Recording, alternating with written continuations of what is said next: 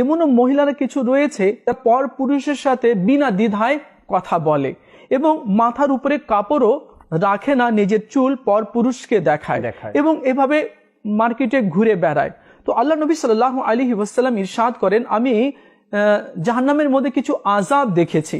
কিছু মহিলা রয়েছে তাদেরকে চুলের উপরে টেনে তাদেরকে ঝুলন্ত অবস্থায় রাখা হয়েছে, চুল ধরে ঝুলন্ত অবস্থায় রাখা হয়েছে এবং তাদেরকে আগুনের কেচি দ্বারা কাটা হচ্ছে এবং তাদের মগজগুলো টকবক টকবক করছে। তো আমার নবী সাল্লাল্লাহু আলাইহি ওয়াসাল্লাম জিজ্ঞেস করলেন কি এদেরকে কোন কারণে আযাব দেওয়া হচ্ছে? তো বলা হলো কি এরা পর পুরুষকে নিজের চুল দেখাতো। তো দেখুন এই যে পর্দা আর লজ্জাবোধ, যে পুরুষ বা মহিলা যার মধ্যে লজ্জাবোধ থাকবে, তো লজ্জাবোধ থাকা মানে ঈমান থাকা, তো সে কি করবে? সব সময় মানুষ থেকে লজ্জা করবে, পর পুরুষ থেকে লজ্জা করবে। হযরত সাইয়েদনা ইবনে উমর রাদিয়াল্লাহু তাআলা আনহু বর্ণনা করেন কি নবী রহমত শফিয়ে উম্মত মুস্তাফা জানে রহমত সাল্লাল্লাহু আলাইহি ওয়াসাল্লাম ইরশাদ করেন, লজ্জাবোধ ও ঈমান উভয়ে একটি অপরটির সাথে আঙ্গাঙ্গি ভাবে জড়িত। সুবহানাল্লাহ। সেগুলোর একটি না থাকলে তখন অপরটিও থাকে না।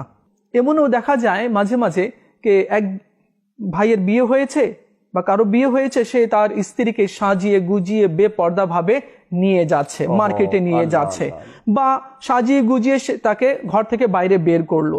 তো বর্ণিত হয়েছে যদি কোনো মহিলা সাজিয়ে গুজিয়ে বাইরে বের হলো, তো যতগুলো কদম সে বাইরে বের করবে তো ততটি জাহান্নামে তার জন্য, স্বামীর জন্য ঘর বানানো হবে।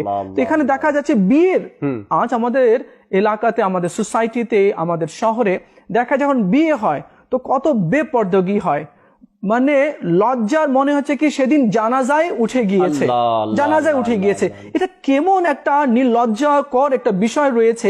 বিয়ে হচ্ছে আলহামদুলিল্লাহ, সুন্নত আছে, আমার নবী সাল্লাল্লাহু আলাইহি সাল্লামের পবিত্র সুন্নত রয়েছে, এতে ঈমানও হেফাজতে থাকে, কিন্তু কিছু কিছু রসম এমন ভাবে তৈরি করে নেওয়া হয় কি হলুদ লাগানো হয়। তো একজন পুরুষ বসে আছে, ছেলে যুবক বসে আছে, তাকে মহিলারা এসে হলুদ লাগাচ্ছে, তাকে স্পর্শ করছে, এটা তো হারাম রয়েছে। আর জাহান্নামে নিয়ে যাওয়ার কাজ রয়েছে। জাহান্নামের আগুনের 1 সেকেন্ডের যদি 1000 ভাগও করা হয় তো সেখান থেকে 1 সেকেন্ডের 1000 ভাগের 1 ভাগও সহ্য করা সম্ভব নয়। আরেকটা হাদিসে পাকের মধ্যে বাবা আরমান ভাই, যদি কোনো পুরুষ নিজের স্ত্রীকে বা নিজের বোনকে পর পুরুষের সামনে এভাবে করে বের করে দেয়, বেপর্দার মধ্যে ছেড়ে দেয়, তো তাকে দায়ুসও বলা হয়েছে, আর তার স্থান হবে জাহান্নামে বলা হয়েছে। দায়ুস জান্নাতের সুগন্ধ পাবে না।